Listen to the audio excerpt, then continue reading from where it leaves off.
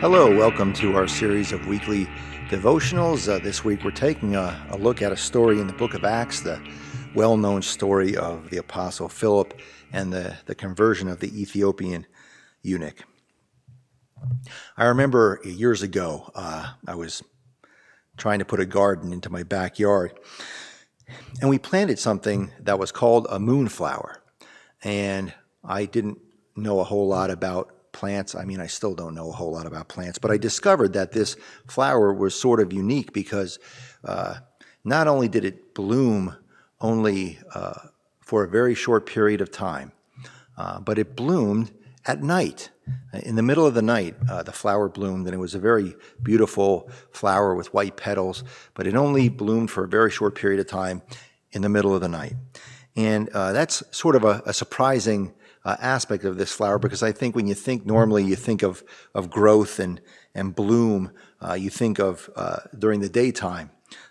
Flowers need sunlight and need attention that's provided during the day. I mention this story because I think, when we think about church growth, at least in our postmodern context, we think about growth occurring in certain prescribed ways. We think of things like strategic planning and visioning and focus groups and relying on demographic analysis and all of these different tools that we employ to help try and grow the church. But at least in my experience, those things often don't work out as well as we might imagine they would.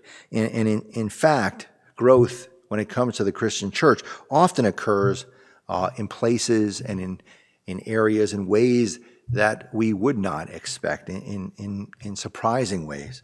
The Christian church nowadays has often grown and spread in places in the world that experience poverty, in places that we might consider to be developing countries, and places where I guarantee you they're not employing any kind of strategic plans or demographic analyses.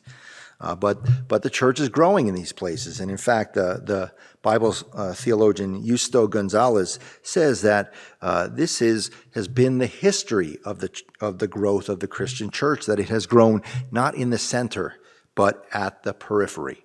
And certainly this story in the book of Acts demonstrates this aspect of the early Christian church, that it is not growing in places and in people you might expect, but sort of on the margins of society.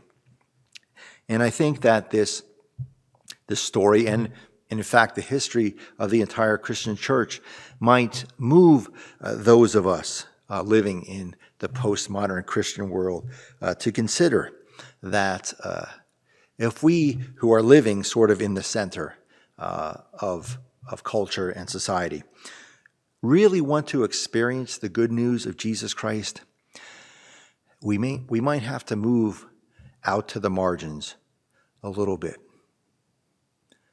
Amen.